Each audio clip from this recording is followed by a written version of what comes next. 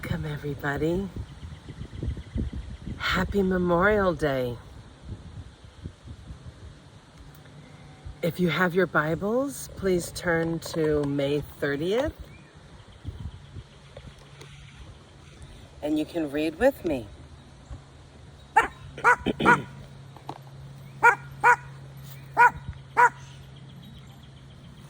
Shh. You're disturbing my Bible reading.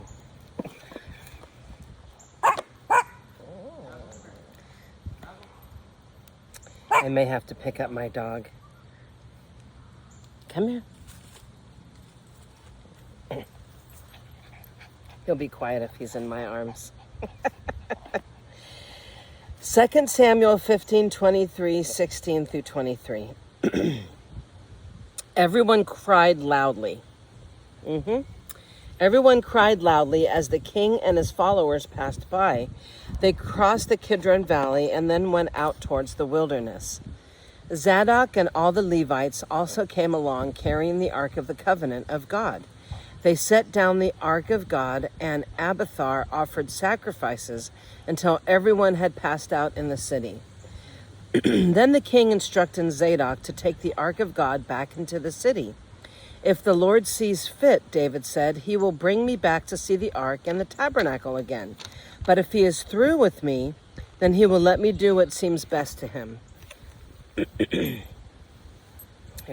lay down. There you go. Good boy. The king also told Zadok, the priest, "Look, here is my plan. You and Abiathar should return quickly to the city with your son Ahimaaz and Abiathar's son Jonathan. I will stop at the shallows of the Jordan River and wait there for a report from you." So Zadok and Abiathar took the Ark of God back to the city and stayed there. David walked up the road to the Mount of Olives, weeping as he went. His head was covered and his feet were bare as a sign of mourning. And the people who were with him covered their heads and wept as they climbed the hill. When someone told David that his advisor, Ahithophel, was now backing Absalom, David prayed, "O Lord, let Abiathar give Absalom foolish advice." Have you ever prayed that? Ask somebody to be given foolish advice? When David reached the summit of the Mount of Olives, where people worshipped God, Hushai and Archite was waiting there for him. Hushai had torn his clothing and put dirt on his head as a sign of mourning. But David told him, "If you go with me, you will only be a burden. Return to Jerusalem and tell Absalom, I will now be your advisor, O king, just as I was with your father's advisor in the past." Then you can frustrate and counter Ahithophel's advice. Zadok and Abiathar, the priests, will be there. Tell them about the plans being made in the king's palace, and they will send their sons, Ahimaaz and Jonathan, to tell me what is going on. So David's friend Hushai returned to Jerusalem, getting there just as Abiathar arrived. Zadok and all the Levites also came along carrying the Ark of the Covenant of God, and they set down the Ark of God, and Abiathar offered sacrifices until everyone had passed out of the city. Then the king instructed Zadok to take the Ark of God back into the city. "If the Lord sees fit," David said, "he will bring me back to see the Ark and the tabernacle again. But if he is through with me, then let him do what seems best to him." The king also told Zadok the priest, "Look, here is my plan. You and Abiathar should return quietly to the city with your son Ahimaaz and Abiathar's son Jonathan. I will stop at the shallows of the Jordan River and wait there for a report from you." So Zadok and Abiathar took the Ark of God back to the city and stayed there.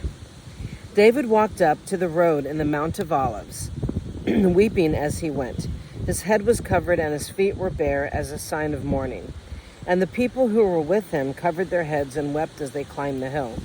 When someone told David that his advisor Ahithophel was now backing Absalom, David prayed, "O Lord, let Absalom give Abiathar foolish advice."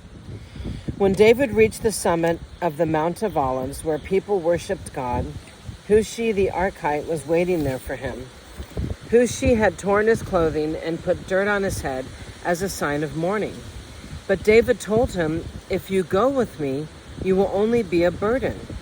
Return to Jerusalem and tell Absalom, I will now be your advisor, O king, just as I was your father's advisor in the past. Then you can frustrate and counter Ahithophel's advice. Zadok and Abiathar, the priests, will be there. Tell them about the plans being made in the king's palace, and they will send their sons Ahimahaz and Jonathan to tell me what is going on." So David's friend Hushi returned to Jerusalem, getting there as Absalom arrived. When David had gone a little beyond the summit of the Mount of Olives, Ziphah, the servant of Meshibeth, was waiting there for him. He had 2 donkeys loaded with 200 loaves of bread, 100 clusters of raisins, 100 bunches of summer fruit, and a wineskin full of wine. "What are these for?" the king asked Ziba.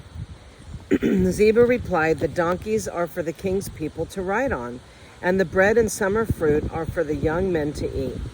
The wine is for those who become exhausted in the wilderness."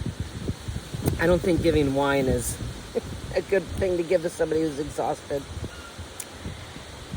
"And where is Meshibeth, Saul's grandson?" the king asked. "He stayed in Jerusalem," Ziba replied, "and he said, 'Today I will get back the kingdom of my grandfather Saul.'" In that case, the king told Ziba, "I give you everything Meshibeth owns." "I bow before you," Ziba replied. "May I always be pleasing to you, my lord the king." As King David came to Bahurim, a man came out of the village, cursing them.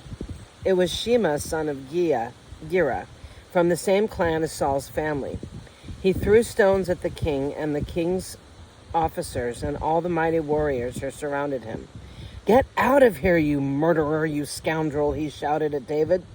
"The Lord is paying you back for all the bloodshed in Saul's clan. You stole his throne, and now the Lord has given it to your son Absalom. At last you will taste some of your own medicine. You are a murderer." "Why should this dead dog curse my lord the king?" Abishai, son of Zeruiah, demanded. "Let me go over and cut off his head." "No," the king said. "Who asked your opinion? You sons of Zeruiah, if the Lord has told him to curse me, who are you to stop him?" Then David said to Abishai and to all his servants, "My own son is trying to kill me. Doesn't this relative of Saul have even more reason to do so? Leave him alone and let him curse, for the Lord has told him to do it. And perhaps the Lord will see that I am being wronged and will bless me because of these curses today." So David and his men continued down the road, and Shimei kept pace with them on a nearby hillside, cursing as he went and throwing stones at David and tossing dust in the air. The king and all who were with him grew weary along the way, so they rested when they reached the Jordan River. Meanwhile, Absalom and all the army of Israel arrived at Jerusalem, accompanied by Ahithophel. When David's friend Hushi the Archite arrived, he went immediately to see Absalom. "Long live the king," he exclaimed. "Long live the king." "Is this the way you treat your friend David?" Absalom asked him. "Why aren't you with him?" "I'm here because I belong to the man who is chosen by the Lord and by all the men of Israel," Hushi replied. "And anyway, why shouldn't I serve you? Just as I was your father's advisor, now I will be your advisor." Then Absalom turned to Ahithophel and asked him, "What should I do next?" Ahithophel told him, "Go and sleep with your father's concubines, for he has left them here to look after the palace. Then all Israel who know that you have insulted your father beyond hope of reconciliation, and they will throw their support to you." So they set up a tent on the palace roof where everyone could see it, and Absalom went in and had sex with his father's concubines. Oh God. Absalom followed Ahithophel's advice just as David had done. For every word Ahithophel spoke seemed as wise as though it had come directly from the mouth of God.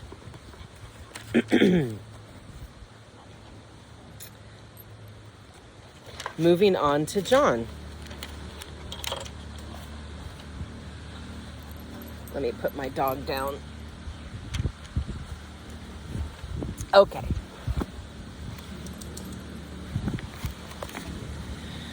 John 18:25, 19 through 22. Meanwhile, as Simon Peter was standing by the fire warming himself, they asked him again, "You're not one of his disciples, are you?" He denied it, saying, "No, I am not." But one of the household slaves of the high priest, a relative of the man whose ear Peter had cut off, asked him, "Didn't I see you out there in the olive grove with Jesus?" Again, Peter denied it, and immediately a rooster crowed. Jesus' trial before Caiaphas ended in the early hours of the morning. Then he was taken to the headquarters of the Roman governor. His accusers didn't go inside because it would defile them, and they wouldn't be allowed to celebrate the Passover. So Pilate, the governor, went out to them and asked, "What is your charge against this man?" "We wouldn't have handed him over to you if he weren't a criminal," they retorted. "Then take him away and judge him by your own law," Pilate told him. "Only the Romans are permitted to execute someone," the Jewish leaders replied. This fulfilled Jesus' prediction about the way he would die. Then Pilate went back into the headquarters and called for Jesus to be brought to him. "Are you the king of the Jews?" he asked him. Jesus replied, "Is this your own question, or did others tell you about me?" "Am I a Jew?" Pilate retorted. "Am I a Jew? Your own people and their leading priests brought you to me for trial. Why? What have you done?"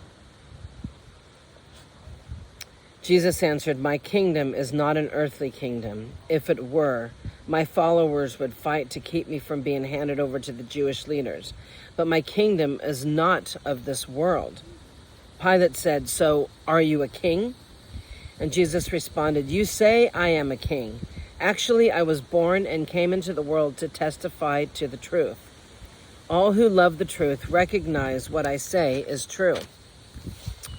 "What is truth?" Pilate asked. Then he went out again to the people and told them, "He is not guilty of any crime, but you have a custom of asking me to release one prisoner each year at Passover. Would you like me to release this king of the Jews?" But they shouted back, "No, not this man. We want Barabbas." And Barabbas was a revolutionary. And I don't understand why they released Barabbas and not Jesus.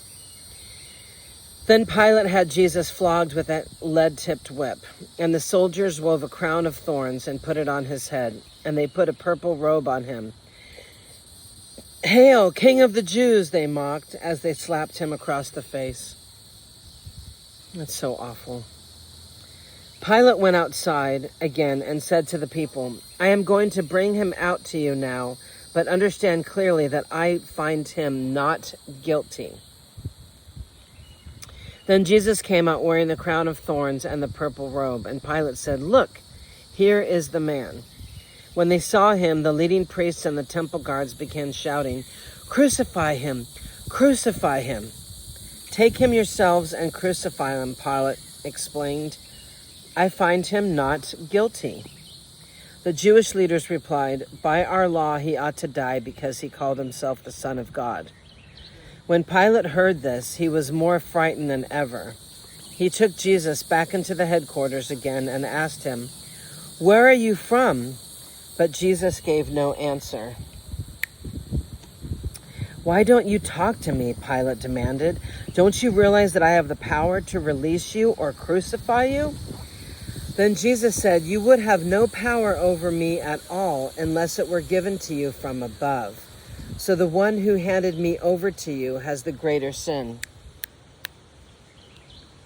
Then Pilate tried to release him, but the Jewish leaders shouted, "If you release this man, you are no friend of Caesar. Anyone who declares himself a king is a rebel against Caesar." When they said this, Pilate brought Jesus out to them again. Then Pilate sat down on the judgment seat on the platform that is called the Stone Pavement, in Hebrew, Gabbatha. It was now about noon on the day of preparation for the Passover. And Pilate said to the people, "Look, here is your king." "Away with him," they yelled. "Away with him. Crucify him." "What? Crucify your king?" Pilate asked. "We have no king but Caesar," the leading priest shouted back. Then Pilate turned Jesus over to them to be crucified. So they took Jesus away. Carrying the cross by himself, he went to the place called the Place of the Skull, in Hebrew, Golgotha. There they nailed him to the cross, and 2 others were crucified with him, one on the other side with Jesus between them. And Pilate posted a sign on the cross that read, "Jesus of Nazareth, the King of the Jews." The place where Jesus was crucified was near the city, and the sign was written in Hebrew, Latin, and Greek, so that many people could read it. Then the leading priests objected and said to Pilate, "Change it from the King of the Jews to," he said, "I am the King of the Jews." And Pilate replied, "No, what I have written, I have written."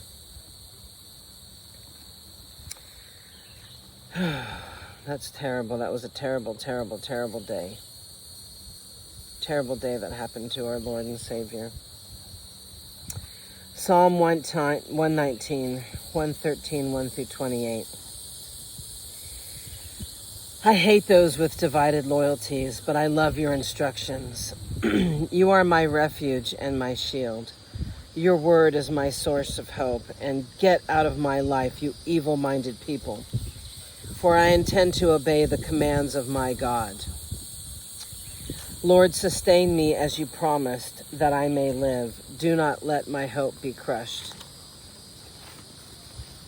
Sustain me, and I will be rescued.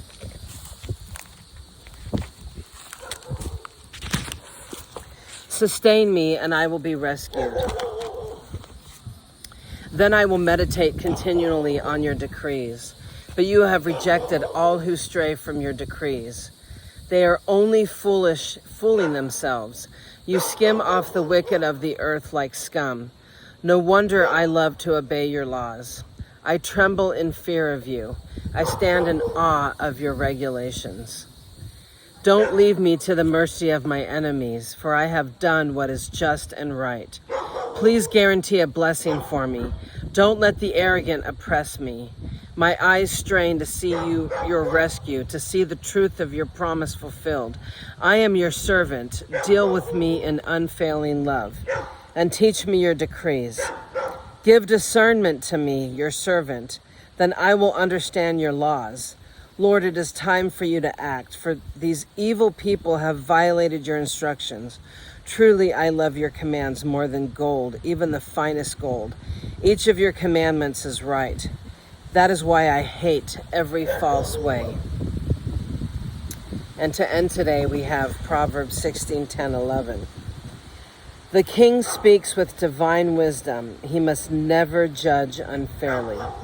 The Lord demands accurate scales and balances, and he sets the standards for fairness. The Lord does. He does set the standard for fairness, and he hates things that are unbalanced. And the Lord wants everything fair. So I don't understand why they did that to Jesus, but it really was the Romans that had murdered Jesus. It was the Romans that did it. The people yelled, but it wasn't the Jews. They didn't have the authority to do that to Jesus. It was the Romans and the Pharisees. The Pharisees were the ones that were after Jesus. They were the ones that were constantly persecuting him, constantly trying to find fault with him, trying to trap him. It was the Pharisees and the Sadducees that were after Jesus.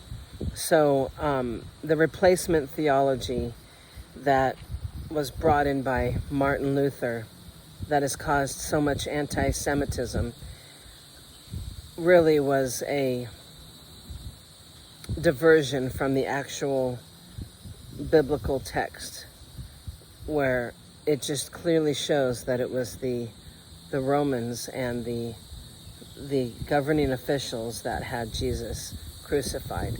It appears that they were listening to the crowds, but since when did the crowds have anything to say with what their rules and regulations were? So they tried to cause a riot, but really it was the Romans that, and the Sadducees and the Pharisees that did it. So I hope that clears that up. And we are called to stand with Israel as believers. And that's where the Messiah came from. And the Jews are his chosen people. So, and we are grafted in as Gentiles into the same olive branch, but we cannot disown or cannot ignore the root. And the olive root is the Jewish people. So I hope that explains everything, and I hope you have a wonderful Memorial Day, and God bless you. And thank you for joining me today.